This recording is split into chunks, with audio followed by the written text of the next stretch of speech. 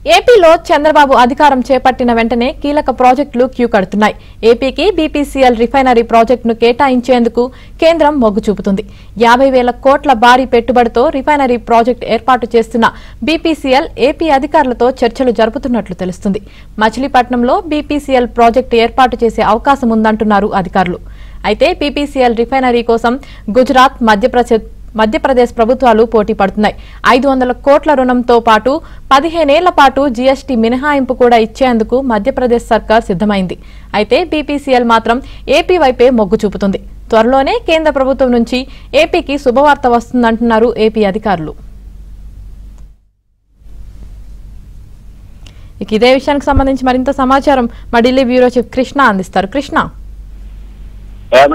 Bharat petroleum corporation limited ఇప్పుడు ప్రస్తుతం చూసుకుంటే మార్కెట్ లో ఇండియన్ ఆయిల్ తర్వాత దేశంలో రెండవ అతిపెద్ద చమురు మార్కెటింగ్ కంపెనీ. ఇప్పటికే దీనికి ముంబై, కొచ్చిన్, మధ్యప్రదేశ్ లో రిఫైనరీలు ఉన్నాయి.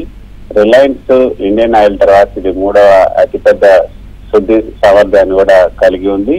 అటువంటి బీపీసీఎల్ ఇప్పుడు కొత్తగా 50,000 కోట్లతో మరో రిఫైనరీ ప్రాజెక్ట్ ను ఏర్పాటు చేయడానికి ప్రయత్నాలు చేస్తూ ఉంది. సో ఇప్పటికే ముంబైకి వచ్చి మధ్యప్రదేశ్ లో కూడా ఈ రిఫైనరీని సౌత్ లో ఏర్పాటు చేయాలని కూడా భావిస్తున్నట్టుగా తెలుస్తుంది. అందుకు అనువైన ప్రాంతాన్ని బీపీసీఎల్ ఇప్పుడు పరిశీలిస్తూ ఉంది.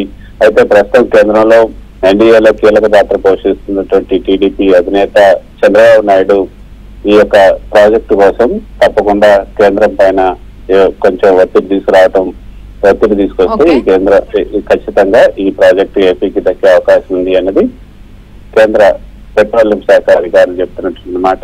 ఈ రిఫైనరీ ప్రాజెక్టు కోసం ప్రోత్సాహకాలు ఇవ్వడానికి కూడా ఏపీ ముందుకు వస్తున్నట్టుగా తెలుస్తుంది. మధ్యప్రదేశ్ ఏదైతే ప్రోత్సాహకాలు ఇవ్వడానికి ముందుకు వచ్చిందో. Right, thank you Krishna.